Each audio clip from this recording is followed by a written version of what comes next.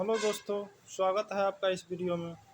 दोस्तों, हमने इससे अगले वीडियो में देखा था हिटलर तुष्टीकरण की नीति के बारे में।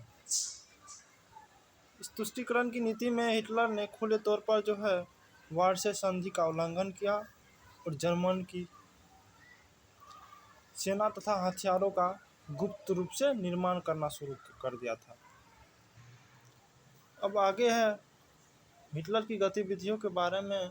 ब्रिटेन और फ्रांस को पता था वह ये गुप्त रूप से हथियार और सेना तैयार कर रहा था। हिटलर की गतिविधियों के बारे में ब्रिटेन और फ्रांस को पता था, लेकिन उन्हें लगा कि एक मजबूत जर्मनी ही रूस के साम्राज्य के प्रसार को रोक सकता है। ब्रिटेन और फ्रांस को पता था कि वह सेना गुप्त रूप से तैयार कर रहा है, लेकिन उन्हें लगा कि मजबूत जर्मनी ही रूस के साम्राज्य और प्रसार को रोक सकता है। इस तुष्टीकरण का म्यूनिख समझौता सितंबर 1938 एक प्रमुख उदाहरण था। इस समझौते में ब्रिटेन और फ्रांस ने जर्मनी को चेकोस्लोवाकिया के उन क्षेत्रों में प्रवेश करने की अनुमति दे दी जहां जर्मन भाषी लोग रहते थे, यानी जर्मनी भाषा बोलने वाले लोग रहते थे। वह उस क्षेत्र में उसको प्रवेश करने की अनुमति देती। किसको? जर्मन की चेकोस्लोवाकिया को। जर्मनी ने वादा किया था कि वह शेष चेकोस्लोवाकिया या किसी अन्य देश पर आक्रमण नहीं करेगा। जर्मनी वह वादा किया कि किसी अन्य देश पर वह आक्रमण नहीं करेगा, लेकिन जर्मनी द्वारा मार्च 1939 में इस वादे को तोड़कर चेकोस्लोवाकिया पर आक्रमण कर दिया गया। जर्मनी इस वादे को तोड़ करके किस पर आक्रमण कर दिया? शेष जो चेकोस्लोवाकिया पर क्या कर दिया? वह आक्रमण कर दिया। आक्रमण करने के बाद ही ब्रिटेन और फ्रांस द्वारा सैन्य कार्रवाई नहीं की गई, यानी उसको अनदेखा कर दिया, आक्रमण कर दिया। आक्रमण जो किया था, फिर भी वह जर्मनी ब्रिटेन और फ्रांस द्वारा सैन्य कार्रवाई इस पर नहीं की गई। उसके बाद अगला टॉपिक है द्वितीय विश्व युद्ध की प्रमुख घटनाएं, यानी द्वितीय विश्व युद्ध में जो घटना हुआ था वह आगे देखते हैं। पहला उसका शुरुआत अंतर्राष्ट्रीय तनाव, स्पेनिश गृह युद्ध, जर्मन और ऑस्ट्रेलिया का संघ, हिटलर द्वारा सुडेटेनलैंड पर कब्जा और चेकोस्लोवाकिया पर आक्रमण, ये सब इसी सब से शुरुआत हुआ था।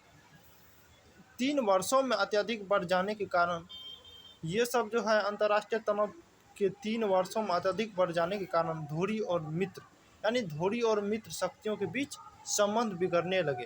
इसके बीच धुरी और शक्तियों के बीच, यानी जर्मनी द्वारा चेकोस्लोवाकिया पर 1939 ईस्वी में हमला किया गया। इस हमले से धुरी और मित्र शक्तियों के बीच संबंध बिगड़ने लगा। तो जर्मनी द्वारा 1 सितंबर 1939 ईस्वी को पोलैंड पर आक्रमण के 2 दिन बाद ब्रिटेन और फ्रांस ने जर्मनी के खिलाफ युद्ध की घोषणा कर दी। जब आक्रमण किया गया 1939 ईस्वी में, तो उसके 2 दिन के बाद ही क्या कर दिया? जर्मनी द्वारा 1 सितंबर 1939 ईस्वी को पोलैंड पर आक्रमण करने के 2 दिन बाद ही क्या कर दिया? ब्रिटेन और फ्रांस ने जर्मनी के खिलाफ युद्ध की घोषणा कर दी।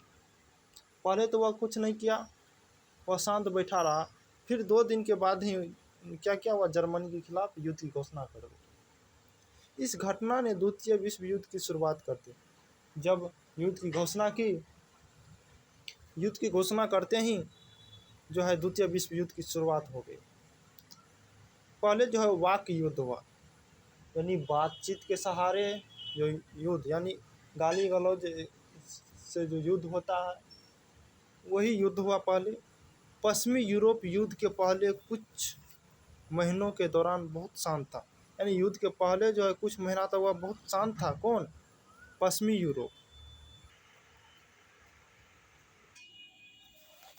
यानी जिस समय में इस बोलचाल की भाषा से जब युद्ध हो रहा था, गाली गलौज से, इस युद्ध की इसी अवधि को वाक युद्ध के रूप में जाना जाता है। इस दौरान युद्ध की तैयारी जारी रही, लेकिन वास्तविक सैन्य संघर्ष बहुत कम हुआ। यानी सेना के से जो युद्ध होता है वह बहुत कम हुआ। पश्चिमी यूरोपीय देशों के नागरिकों को सुरक्षित स्थान पर पहुंचाया गया। यानी पश्चिमी यूरोप में जो लोग सब रहते थे, जो युद्ध से जो उसको हानि पहुंचता, इसी के कारण उसको क्या क्या यानी दूसरे यानी जहाँ पे सुरक्षित स्थान था उस पर पहुंचाया गया उस सबको। उसके बाद जो है जर्मन तानाशाह एडोल्फ हिटलर ने वर्ष 1939 ईस्वी के शुरुआत दौर में ही पोलैंड पर आक्रमण करने का निश्चय कर लिया था। ये रिबेनट्रोप की संधि जब हुआ था तब ये घटना हो गई।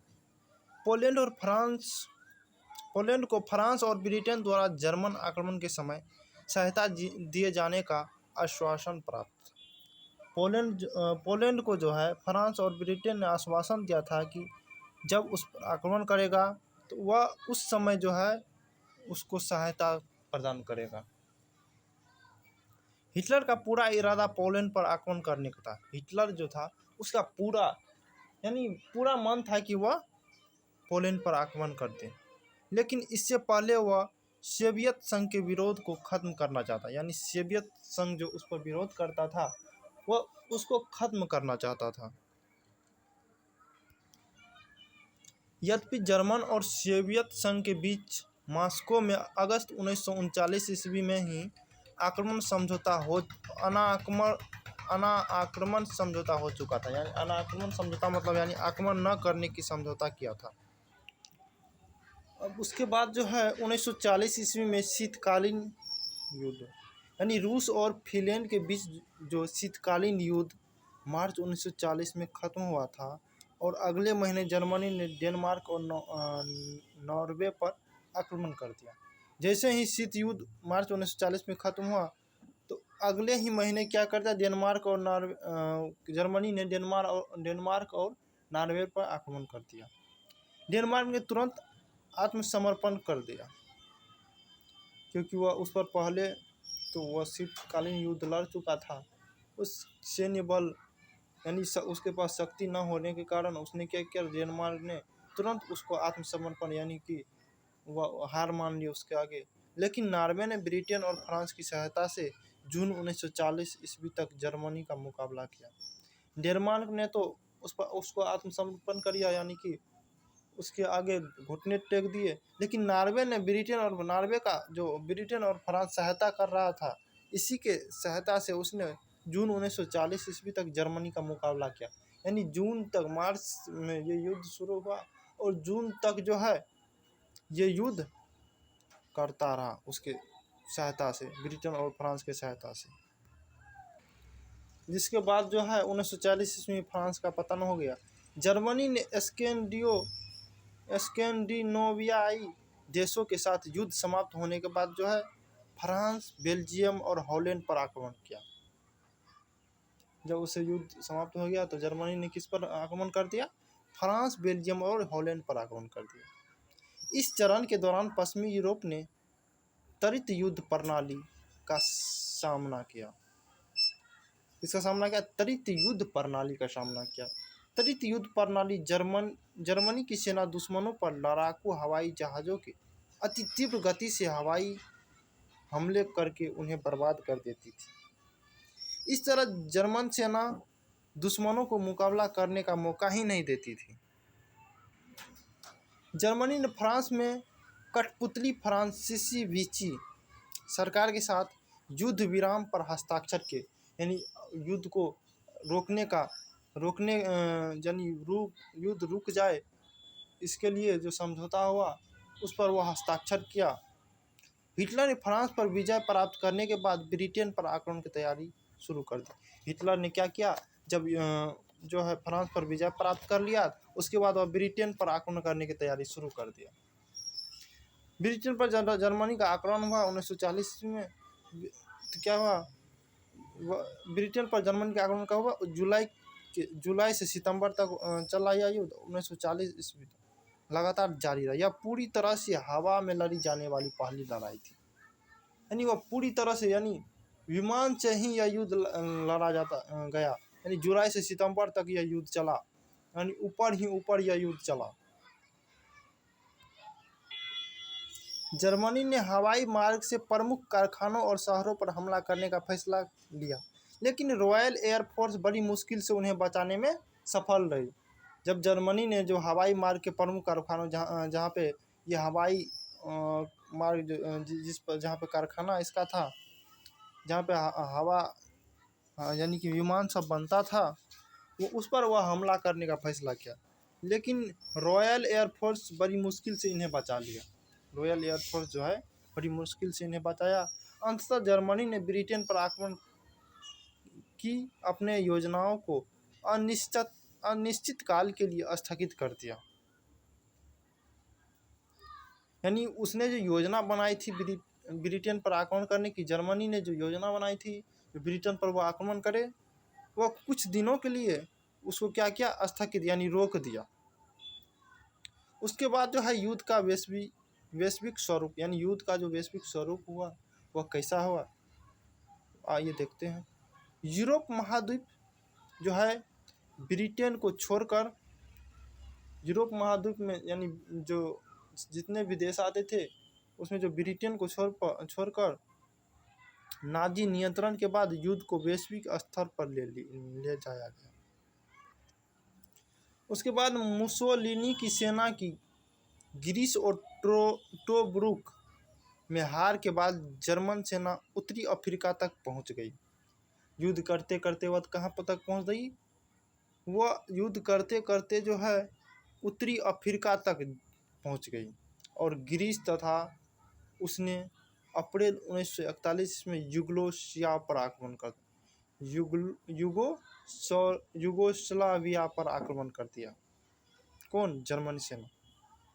उत्तरी अफ्रीका में युद्ध करते करते वह कहाँ पहुंच गया, वह अप्रैल 1941 में यूगोस्लाविया पर आक्रमण कर दिया। तो आज के लिए बस इतना ही, मिलते हैं अगले वीडियो में, तब तक के लिए जय हिंद।